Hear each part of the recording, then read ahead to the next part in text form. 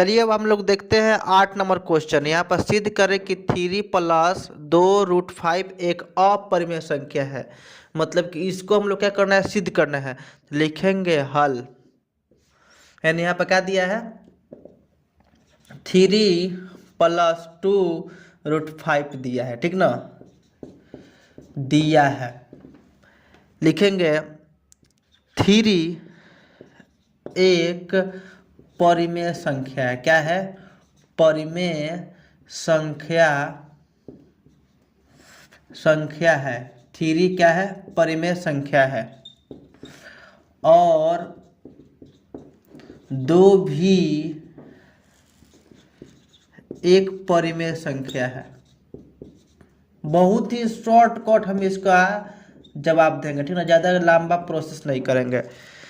3 भी क्या है, एक परिमेय संख्या है। 2 भी क्या है, एक परिमेय संख्या है। और √5 एक अपरिमेय संख्या। क्या है, अपरिमेय संख्या। √5 एक क्या है, अपरिमेय संख्या है। क्या लिखेंगे, 3 एक परिमेय संख्या है, 2 भी एक परिमेय संख्या है, और √5 एक क्या है, अपरिमेय संख्या है, ठीक ना। तो यहाँ पर लिख सकते हैं, अतः हम जानते हैं कि परिमेय संख्या तथा अपरिमेय संख्या का गुणनफल, जैसे क्या है, 2 में 5 से गुना हुआ है, 2 गुने का है 5, तथा योगफल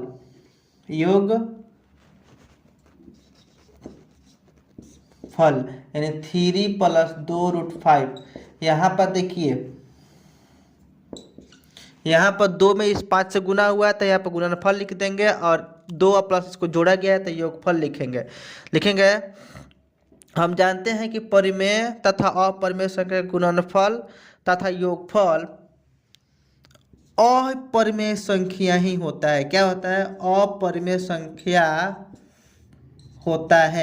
अपरिमेय संख्या होता है। लिख लेंगे, इसलिए 3+2√5 एक अपरिमेय संख्या है, ठीक ना। आई होप इतना आसान जवाब किसी ने नहीं दिया होगा। बहुत ही शॉर्टकट, खाली लैंग्वेज में इसको लिख देना, ज़्यादा सॉल्व नहीं करना, ठीक ना। अब इसको देखिए, 1.8 पर रेखरिंग है तो इसको P/Q के रूप में लिखना है। और इसको भी बहुत ही आसान शॉर्टकट तरीका से आप इसको सॉल्व कर सकते हैं। यहाँ पर लिखेंगे, माना कि x बराबर 8.8। इसका रेखरिंग का मतलब होता है ना कि 8 कई बार लिख सकते हैं। 8 1.1 लिख दिया, 8 8 8 8।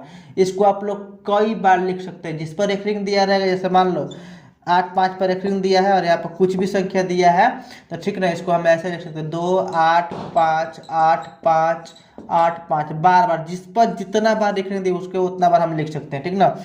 ये हो गया कुछ रूल, ठीक ना। यहाँ पर 1 पर रेखरिंग दिया तो इसको 10 से गुना करेंगे। अगर मान लीजिए पर कुछ दे दिया 48 पर 2 पर, इसमें 100 से गुना होगा, ठीक ना। 1 पर रेखरिंग दिया तो 1 से 10 से गुना होगा, और यहाँ पर अगर 2 पर दिया तो 100 से गुना होगा, ठीक ना। तो इसमें हम लोग किससे गुना करेंगे, 10 से गुना करेंगे। लिखेंगे दोनों तरफ 10 से गुना करने पर, इसको आप लोग इक्वेशन 1 मान लीजिए, करने पर। तो यहाँ पर 10 से इसमें गुना करेंगे तो 10x हो जाएगा, इक्वल टू इसमें 10 से गुना करेंगे तो 18.88 हो जाएगा, ठीक ना। ये जो 8 है ना, यहाँ पर घसक जाएगा, आगे घसक जाएगा, मतलब कि दशमलव के बाद लग जाएगा। 10 इसमें गुना का 10x हो जाएगा, और इसमें अगर 10 से गुना करेंगे तो 8 इसके बगल में चल जाएगा, ठीक ना। तो इसको भी हम लोग इक्वेशन क्या मान लेंगे, 2 मान लेंगे, ठीक ना। तो यहाँ पर लिखेंगे समीकरण दो में से समीकरण क्या करना है, 1 को घटा लेना है। क्या करना है, 1 को घटा लेना है। इस समीकरण 2 को उतारेंगे और इसको 1 को घटा लेंगे। तो यहाँ पर 10x minus 10x is equal to 18.888 दिया है, ठीक ना। यहाँ पर दे दिया है मान लिए, और यहाँ पर दिया है x इजकल टू दिया है 1.8888, ठीक ना। इस तरह दिया है, डायरेक्ट लिख सकते हो। और यहाँ पर क्या करेंगे, घटाएंगे। तो 10 को x में से एगो चल जाएगा तो कितना बचेगा, 9x बचेगा। और यहाँ पर सब क्या हो जाएगा, 8 में से आ गया 0, 8 में से हट गया 0, सब 0 हो जाएगा। तो यहाँ पर 18 में से एक जगह तो कितना बचेगा, 17 बचेगा, ठीक ना। तो यहाँ पर x इजकल टू 17 बट्टा क्या हो जाएगा, 9। यही जो होता है ना 17/9, ये क्या है आपका P/Q के रूप में है, ठीक ना। लिख देंगे अतः 17/9 P/Q के रूप में है। इसको डिवाइड कीजिएगा ना, इसको तो इतना ही आंसर आएगा, ठीक ना। आई होप ये आपको प्रश्न समझ में आ गया हो गया। तो ये जो क्वेश्चन है बहुत ही मोस्ट इंपोर्टेंट PBI है। चलिए इसको हम सॉल्व कर लेते हैं। कह रहा है दर्शाइए कि धनात्मक विषम पूर्णांक इतना इतना के रूप में हो सकता है, ठीक ना। ये आपको प्रश्नावली 1.1 का क्वेश्चन है। तो चलिए इसको लिखेंगे। माना कि कोई धनात्मक पूर्णांक a है। कोई धनात्मक पूर्णांक क्या है आपका, a है, तथा कोई धनात्मक पूर्णांक क्या है, a है, तथा b इजक्वल टू 6। यहाँ पर देखिए सब में 6 दिया, ठीक ना। 6 मान लेंगे और r इजक्वल टू 6 से कम लेंगे, यानी 1 2 3 4 5, ठीक ना, इतना लेंगे। यहाँ पर देखिए 6 दिया है ना सब में, तो इससे हम 6 से कम लेते हैं r का मान, ठीक ना। r का मान क्या लेंगे, 6 से कम लेंगे। यहाँ पर b के मान क्या मान लेंगे, 6, जितना दिया है उतना 6 लिख देंगे, बस आपको इतना याद रखना है। और a का मान क्या मान लेंगे, आपको a मान लेंगे, ठीक ना। a को ही संख्या है, ठीक ना। अब देखिए यहाँ पर लिख सकते हैं यूक्लिड विभाजन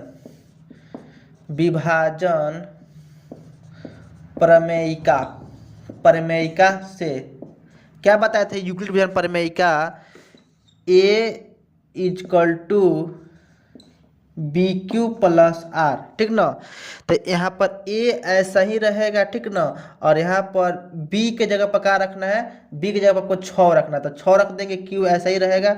और r के जगह पर आपको क्या रखना है, सबसे पहले 1 रखना है। क्या रखना है, 1 रखना है। फिर a is equal to BQ plus 2 रख देना है, a is equal to BQ plus 3 रख देना है, मतलब कि r जो यहाँ पर रख देना है, ठीक ना। यही आपको करते चल जाना है। ये यहाँ पर क्या करना है, ये सबको रखते चल जाना है।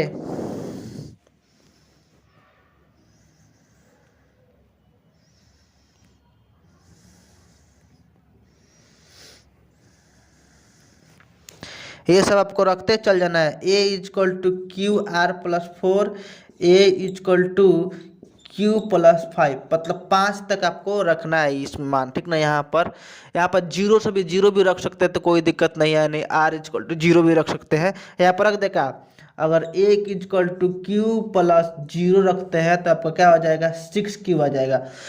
तो यहाँ पर देखिए शॉर्टकट, अगर एक यहाँ पर 6 है और यहाँ पे क्या है, एक है 7, इसको जोड़ेंगे तो कितना आ जाएगा, 7 आ जाएगा, ठीक ना। इसको जोड़ेंगे तो कितना आ जाएगा, 8 आ जाएगा। तो 7 आपका क्या है, विषम पूर्णांक है। और ये क्या आपका हो जाएगा, 9 हो जाएगा। ये आपका कितना हो जाएगा, 10 हो जाएगा। तो ये आपका विषम पूर्णांक हो जाएगा, आपका ये हो जाएगा आपका 11। तो ये आपका विषम पूर्णांक हो जाएगा। तो इसमें 3 आपका क्या है, विषम पूर्णांक है। तो लिखेंगे a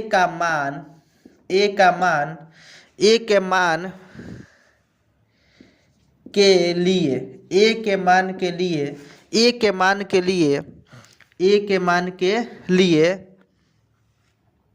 विषम, यहाँ पर ए का मान के